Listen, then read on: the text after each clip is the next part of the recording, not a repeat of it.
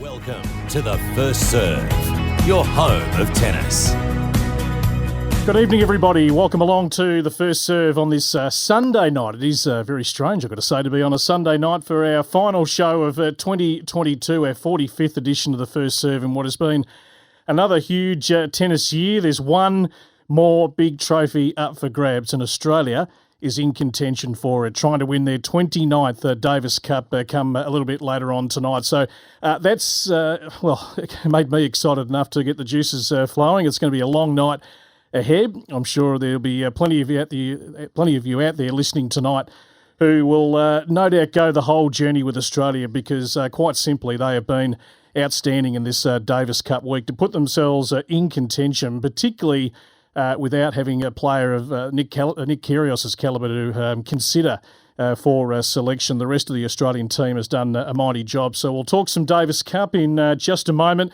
We're going to talk coaching tonight. One of our great partners, AATC, in the studio, Australasian Academy of Tennis Coaches. And it's not every day that you get a Wimbledon champion in the studio, and it's great to have Stephen Huss here. The First Serve, your home of tennis. Welcome back to the First Serve. Great to have your company. It does feel strange to say on a Sunday night. I think it's the first Sunday we've done for the year, but it is our final show for the year. A year where we started at the Australian Open, 45 editions of the First Serve. I think we've covered a fair bit of ground, covering the game domestically, covering the game abroad. We often say on this show there's never enough time to cover it. Hopefully we'll have some news in the next week of where we sit with that for 2023. So I can't tell you officially tonight, but for those that follow us regularly through our website, thefirstserve.com.au, all our socials, of course our podcasts, we'll keep you informed through the month of December when we have a little break and resume programming for 2023. Well, one of our great partners is AATC, Australasian Academy of Tennis Coaches. They're providing quality coach education right across the globe. I've just been told we're going into New Zealand for the first time for the year, so magnificent to have our SENZ audience listening in. Courses delivered by industry leaders and tennis business owners. Learn locally, coach globally. They are internationally endorsed. You can inquire and enrol at aatc.tennis. Lynton Joseph, he heads it up. He's the chief. It's great to have you back, Lynton. Oh, thanks for having us again, Brett. It's a real pleasure. You've been a great supporter of our show this year. I do genuinely appreciate that. And I know you do a lot of great, passionate work in the coaching space. Since you were sort of last on air, just give us a little précis, if you like, of AATC and the year that you've had. Yeah, it's been a pretty special year, especially post-COVID with what we achieved. I remember last time we were on, you asked us, why doesn't TA endorse us? Yep. And that was a $1 million question. But I can probably say we are sort of endorsed now for sporting schools. You look at the word endorsement, you wonder, what does it mean? You know, the word endorsement, to me it means, I don't know, someone who needs a hug, someone needs a cuddle, someone insecure. AATC is definitely not insecure. We're an official institute of the Estes Athletic University. Yep. And they're an accredited educational body of the PTCA, and we've been with them since 2015. So we're always confident in our quality, especially being endorsed on a global scale. So we've always leveraged off that. So when Tennis Australia came knocking, I suppose Michael Robertson, who's here with us, had a lot to do with that, and introduced the AATC and TA together. There's a lot of scepticism on my end, obviously, with what had gone earlier with TA and the blockings and the impact it had on AATC and my own coaching. So, but having met with Scott Rawlins and Mitch Hewitt, yep, very, very positive. They were the right people at the right time, and we worked really hard to map our courses, get it to a state industry standard, and now all our coaches are able to access the sporting schools funding, and that's really important. Puts us on a level playing field. And we know our courses are quality. You only have to look at the numbers that are getting gainful employment. So every course that's done in Australia, at least 90% of coaches are getting gainful employment. And that the reason that is because once they do our course, they're not just getting a certificate, they're getting the resources to actually go out and deliver a program or a course or a lesson. And that's the real point of difference. And if they're not quite job ready, we spend a lot of time mentoring, speaking with their business owners or who they're working for, and making sure that they are getting to that stage. And all our courses are delivered by by industry leaders, business owners, and that's a really good point of difference for us. Yeah. Well, it's a topic that we've spoken a lot about coaching. This year there's been obviously the coach review done by Tennis Australia. Everyone's looking at best practice. How do we compare to coaching around the world? And it's an area, isn't it, Lynton, that, I mean, you can never have enough education. We need to continue to keep evolving so that we're guiding young tennis hopefuls in the right direction. Yeah, look, in the industry we're in, we're sort of almost bred to be individuals and me. But yeah, if we have a forum, and I mean, our old motto used to be opening the door to tennis. And what that primarily meant was anyone could come in and be trained, whether you're an athlete or a parent, just someone interested in tennis. And we went a bit further with that motto in the sense that we were always hoping to talk to, other bodies, other associations, but we really needed those other bodies and other associations to actually walk in those doors. And once they were able to do that, we were able to work together. And a lot of coaches don't actually talk together and share information and work together. But since COVID, we've noticed with the Zooms, with even with the PTCA and just AATC and TA, there's a lot more information, a lot more communication. And it's really healthy. I feel really encouraged by that and motivated by that. And I'm hopeful for the future. I'm really looking forward to 2023 to see where that takes us all. No doubt. Voyager Tennis, tell us about the collaboration. Lynton, they're based up in Sydney. Of course, we go into 1170 in Sydney every single week with our Sydney audience, but tell us about Voyager before we welcome Ryan on the... Again, Michael Robertson's the culprit. I will get to Michael in just a tick. It's almost like a dating app, I guess, but he's introduced us to Ryan Henry and later on with Adam Feeney from Voyager. And, my first impression of them was that they were passionate also about coach education, and you've got to have that synergy. And I felt that once we were able to nut out the logistics, dot the I's, cross the T's, and come up with what we were looking for, the bottom line was coach education, customer focused, developing coaches, which in turn developed the player. Because if we're going to make a player, they've got to start from grassroots. There's no way around it. They're going to start from grassroots. That's the bottom line. So that's one of the few other things that we've that have happened in AATC in Australia anyway. Brilliant. Well, you mentioned the name Ryan Henry. Let's welcome him to the show from Voyager Tennis. He's the Director of Coach Development. He's been good enough to join us on the show tonight. Ryan, pleasure to have you on. Yeah, thanks a lot, Brett. Yeah, appreciate it, mate. Looking forward to having a chat. Well, I might let you and Lynton sort of wax lyrical a little bit here because tell us about the collaboration. Lynton, I might just get you to put those headphones on so you can hear Ryan on the phone. Thank you very much. Tell us about the collaboration between the two of you. Ryan, I might get your perspective on it. Yeah, great. So basically, I mean, I guess Voyager Tennis as an organisation, we do work with a lot of coaches, and so of our own coaches, and so one of the, I guess, core needs that we had as an organisation was to better provide coach development to our coaches internally, and so we're also supporters of the Tennis Australia coach system as well, but we just found we often couldn't get our coaches into courses. We couldn't get them in at the right time because they're at capacity a lot of the time as well.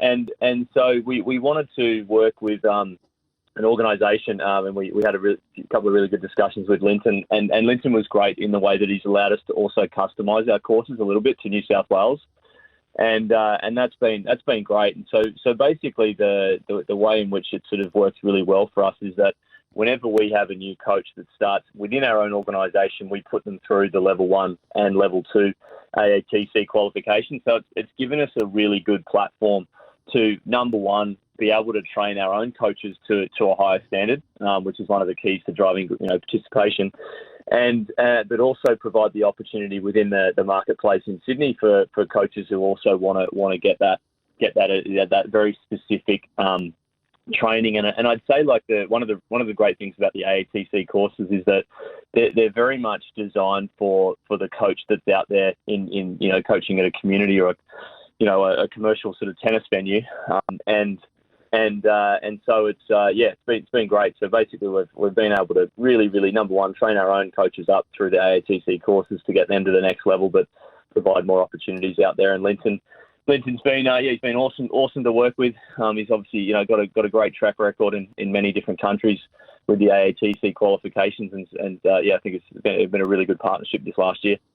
Yeah, and just to add to that, like Voyager did maintain the standard we sort of felt we set, but they've really improved it and improved the delivery and the standard of AATC across the board. And it's not just looking at competitors; it's looking internally and making sure that we're able to self-assess, whether that's through our peers, our customers, and the outcomes, and just making sure that we continually evolve. So Ryan and Adam have been great in the sense that they've been able to open the conversations all the time. We've got any concerns, the lines of communication are always there, and their courses are filling. And if you want to get onto a course, you're going to have to go on a waiting list, and it's a really good problem to have, and it's a healthy problem. But it also shows that the cream's rising to the top, and our standards hopefully starting to be embraced by the nation. Ryan, can I ask you, just before we slip in a break, looking back on 2022 and the continued evolution of coaching and where you just see it right now in how best to guide it, if you could just give us, there's lots of layers to coaching, but a summary, if you like, of just how things are stacking up where you are. Yeah, in terms of coach development. Yeah. Yep. Yeah. So I think from our side, like one of the things that happened in sort of 2020, 21 and the start of 2022 was that the borders were shut. So we didn't have any international coaches coming in. The coach market across the country was in a pretty poor state in terms of looking for coaches. Everyone was really struggling everywhere. So there's a lot of international coaches, I guess, coming in now to Australia, and I think one of the key things there is to be able to, often you'll get a great international coach coming in, and the key thing is to be able to train them, I guess, on the Australian way that the customers like to do sessions. So what we've found is that European coaches have a very different sort of style. And we have European coaches come in, and then they actually get complaints a lot of the time early on because it's not meeting the needs of the Australian customer. So I think it's really important to run courses that are meeting the needs of the customers here. I think a lot of clubs have been struggling to get coaches in their business, but I think that's changing as well. We're seeing a lot more operators now sponsoring coaches, this year has made, I think, it's made a big difference in the marketplace to get coaches in, and I think the key thing that we're really focused on is making sure they're well trained. That's a little bit on the sort of coach dev market from my side. No doubt. Ryan, stick around. Ryan Henry's with us from Voyager Tennis up in Sydney tonight. Lynton Joseph, of course, heading up AATC. We'll welcome in Michael Robertson to the discussion, a long time in tennis after the break. We are supported by Melbourne's leading synthetic grass court surface and construction specialist, ASTI Tennis Courts. They're trusted by Melbourne tennis clubs and councils, so check them out, aste.com.au. Thanks to GLG Greenlife Group, leaders in property services and open space management at glgcorp.com. The First Serve, your home of tennis. Welcome back to The First Serve. Brett Phillips with you, our final show for the year. We're through till 7:30 Eastern tonight. You can give us a call, 1300 736 736, or on the Tennis Direct text 0433 98 11 16. Of course, Australia and Canada to fight for the Davis Cup a little bit later on tonight from 11 o'clock on 9GEM. Looking forward to that a little bit later on. So maybe it might require a little nana nap beforehand because I reckon you've got to see this one out. It could go down to the doubles. You're going to be falling asleep on the couch about 3:30 and miss some of the best stuff. Lynton Joseph is in the studio. AATC, Australasian Academy of Tennis Coaches, great partners of our show. He's the chief. We've got, of course, Ryan Henry from Voyager Tennis collaborating with AATC, who's been joining us on the line, Director of Coach Development. And magnificent to welcome into the studio Michael Robertson, of course, Professional Pathways Manager working with AATC. But Michael, a long time in tennis, Tennis West, Tennis Australia. We've sat on a few different Zoom calls the last couple of years, but it's wonderful to welcome you into the studio. Thanks, Brett. Tell us about your involvement here with AATC, and particularly the Bespoke program and what that's all about.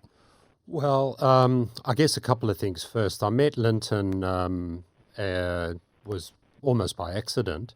And one of the first things of setting up the partnership with, firstly with Tennis Australia and their Sporting in Schools endorsement, and then later with Voyager, was just to create a check and balance system for AATC.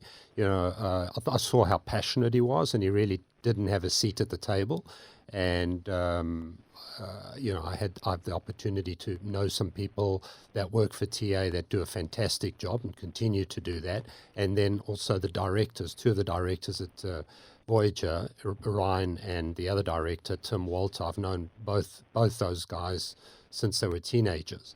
And so essentially it was just putting people together and getting Lynton on a call. And Australia's too small not to tap into absolutely every resource that we have to further the sport.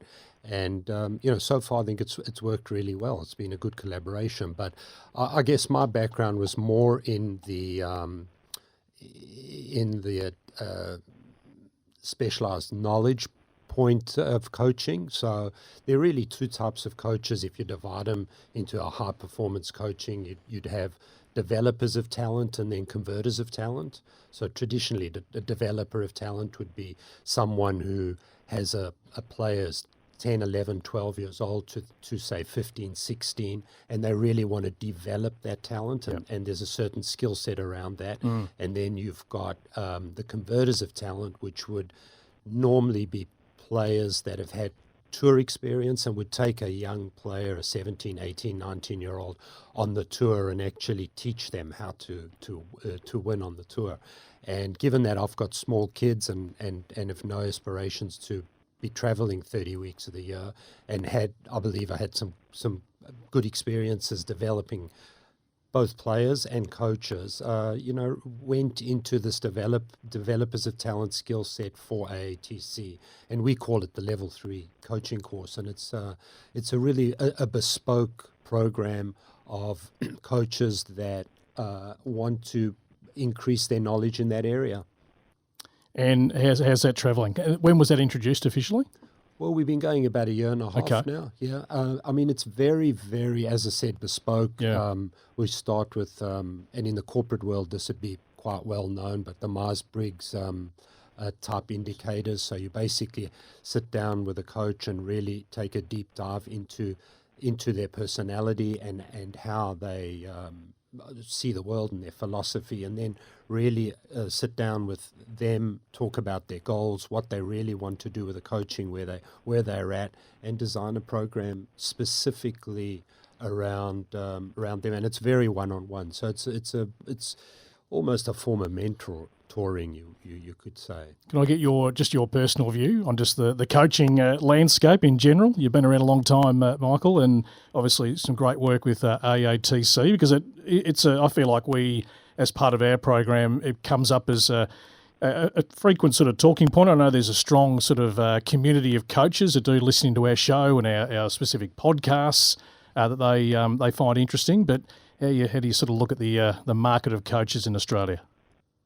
Well, the last few years I can only talk really to Victoria because I'm not traveling as much nationally, and there are definitely pockets of excellence. There's a lot of passion out there, but I think it was Neil Craig said something in a talk at the AIS some time ago, that the quality of teams will never exceed the quality of the coaches. And if you look at any successful club, and this is even in participation, not necessarily developing players, there's always a great coach behind every single club. If you do not have a good coach, and good coach or great coach, it means many things.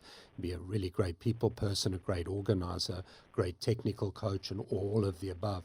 That really drives the sport. So like anything, we've always got work to do. We can always get better, but Yep. I think there are definitely people out there that are very good, and there's also definitely room for improvement. Yeah, no doubt. I feel like we're probably going to need to do another show maybe in 2023 where we can pull apart this in a bit more depth. But Lynton, there's a couple of other things on your agenda you want to get across tonight. We might bring Ryan back into the conversation as well. What do you got for us? Yeah, it was a really good analysis that Ryan had, especially with the European coach and trying to fit into the Australian way. Yep. When we travel overseas, quite often the questions asked, how is our courses different to, say, the other external ones that are delivered? And it comes down to the fact that our big picture focus is having enough staff in our local environment, because since COVID, we've missed out a lot. We've lost staff. We haven't had that same level of commitment. So now we just got back from India a couple of weeks ago, and we did a couple of courses in Kerala and Ahmedabad. And we weren't just trying to train them. We were also trying to identify who was job ready to come and work in centres in Melbourne and in Sydney, because we have a lot of coaches that refer their staff to us and trust them for us to train them. But we also want to find coaches who are job ready but are also trainable. So not set in their ways so much, but they're actually available to just embrace the ideas. And like what Michael said about, learning, always room for improvement, putting the ego away and just knowing that you can always get better and you can always learn from someone. So if you don't do a course without you going away learning yourself, you haven't really done a course properly, I guess. So, so the last trip we've done, and because we're an approved sponsor through Home Affairs, Yep. it's really important that we do everything the right way, from the immigration agent to ensuring that the person has accommodation, that they're able to afford the cost of living, coming from a country like India, for example, where the exchange rate's about 55 to 1. And the cost of living in Australia, I mean, it's increasing all the time, isn't it? So we've got that responsibility from a humane point of view to make sure that we take that on board. And just because someone's got the confidence that they're a great coach overseas, and like Ryan said, they'll quickly fall below the wayside if they don't maintain the standard that we're expecting. And every business owner has every right to do that and expect that in our environment moving forward.